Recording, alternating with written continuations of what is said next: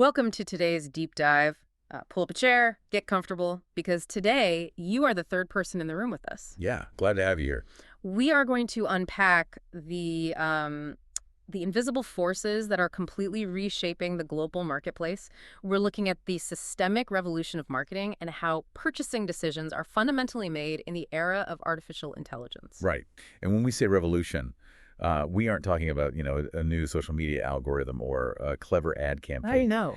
We are talking about a structural rewiring of commercial reality. It is a complete collapse of the old infrastructure and the birth of a totally new paradigm. And to understand the mechanics of this shift, we are drawing all of our insights today from one highly specific, incredibly dense, but deeply rewarding source. Yeah, it's a fantastic paper. It really is. We are focusing entirely on the research from the article, The Systemic Transformation of Marketing Communication in the AI Era by Assistant Professor Dr. Burmo Tikanam. It provides this brilliant architectural roadmap of what is actually happening behind the screens of our devices. Exactly. So the mission for our deep dive today is to explore how businesses are being forced to alter the very nature of their communication. They're no longer just tailoring their messaging for human psychology. Right. They are having to build infrastructures to converse directly with machines. And we're going to break down the mechanics of this transition and what it means for you. Whether you're trying to navigate a business through this new landscape or Or you're simply a savvy consumer trying to understand what is actually curating your digital reality. yeah, to fully appreciate the scale of this transition outlined in Dr. Otakan's article, we really have to look at the historical baseline. The old world. Right. For decades, the global business ecosystem operated on the traditional playbook of integrated marketing communications, or IMC. The classic one voice, one luck philosophy. Exactly. Yeah. Under IMC, the brand was the absolute center of the narrative universe. Whether a consumer encountered a television spot, a print layout, or, a digital banner, they were receiving a highly controlled, perfectly synthesized message. The brand dictated the reality of the product, and the consumer's role was essentially just Passive absorption. passive absorption. Yeah. But that centralized control was the first thing to break. Right.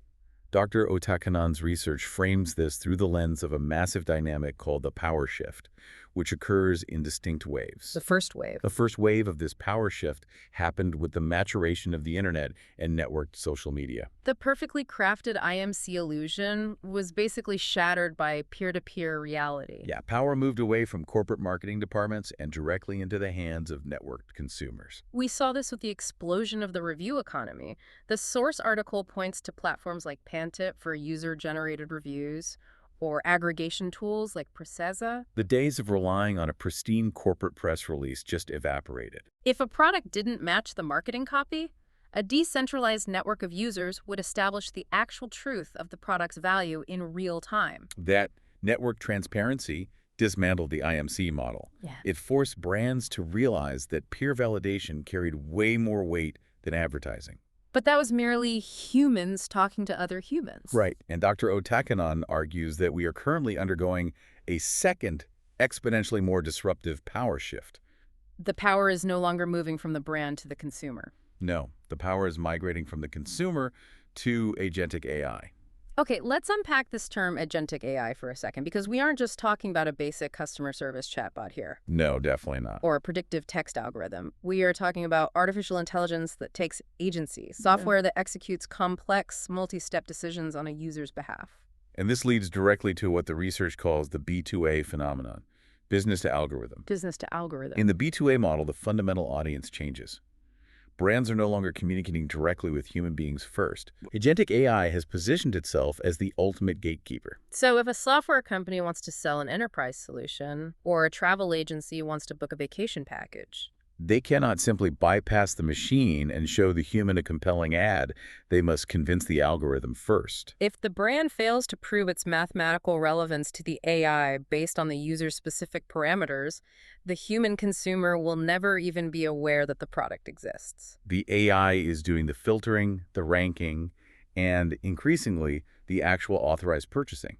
That is a massive paradigm shift. It completely invalidates a century of how marketing budgets were spent. Entirely. I mean, the entire advertising industry was built on behavioral economics. leveraging scarcity tactics, emotional anchoring, FOMO. But you can't make an algorithm feel nostalgic with a sad piano soundtrack. Right. And you certainly can't pressure a large language model into an impulse by putting a ticking countdown timer on a checkout page. Exactly. The psychological toolkit is rendered completely inert at this gatekeeper stage. And AI evaluates purely on logic, data structure, factual relevance, and historical performance metrics. It strips away the aesthetic wrapping. Completely. It looks exclusively at the raw data. So how do you actually bypass that? Because an LLM doesn't care about a beautifully rendered hero image on a landing page or a witty piece of copywriting. No, it doesn't even see it the way we do. Right. So how does a business structurally pivot to converse with an algorithm? That brings us to the second major structural change in Dr. Otakano's research, the communication shift. Okay. This is the birth of MRM, or machine-readable marketing. Because the machine is the primary audience, brands have to fundamentally redesign their data architecture, their metadata, and their entire back-end delivery system to be machine-readable first. It's essentially about what the code looks like to the AI crawling the web rather than what the front end looks like to the human eye. Yes. The tolerance for unstructured data is dropping to zero. The research outlines 3 specific pillars for MRM. Let's go through them. First is structured data.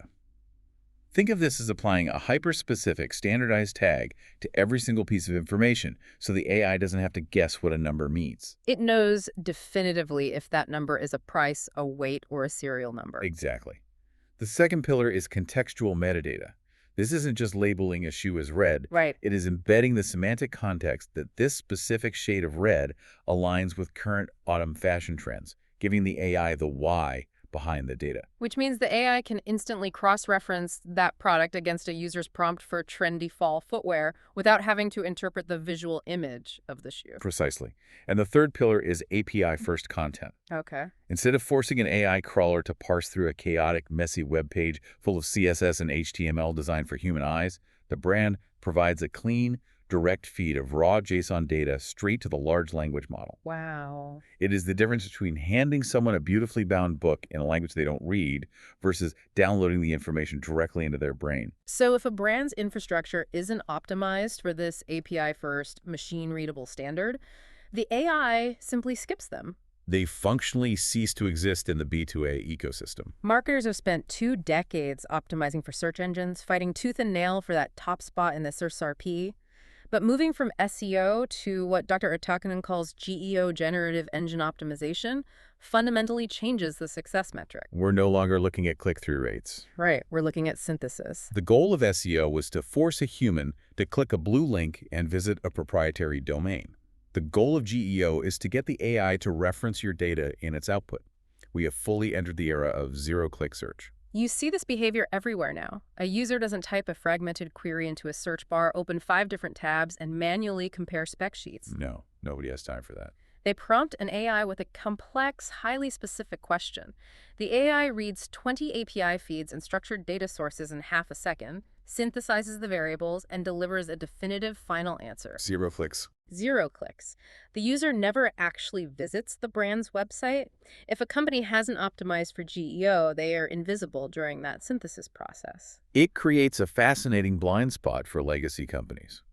They might have a mathematically superior product, but because their data is locked behind legacy formatting or flashy front-end graphics that slow down the crawler, The AI ignores them. the AI ignores them. The user receives their synthesized answer, completely unaware that a better option was filtered out due to poor machine readability. Here's where it gets really interesting. Oh, this is my favorite part. Because you would assume that optimizing for GEO and presenting this hyperstructured data means a brand needs to present a mathematically flawless profile. Naturally. You think the goal is to look perfect to the machine. But the research introduces a third massive dynamic, the trust shift, and specifically a concept called the AI transparency paradox. The AI transparency paradox completely upends traditional public relations. Under the old IMC model, brands spent fortunes burying their limitations, hiding negative reviews, and projecting an aura of absolute perfection. But algorithms process the concept of trust very differently than human consumers do. Very differently. To an AI, a perfect, spotless data profile doesn't look like an excellent product.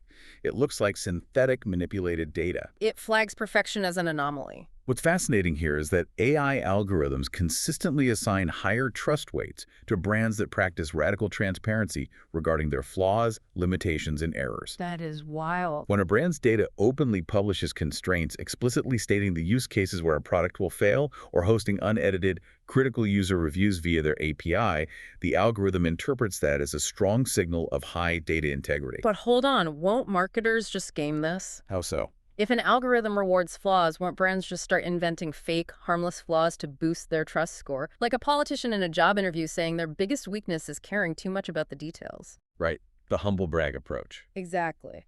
Does Dr. Otakam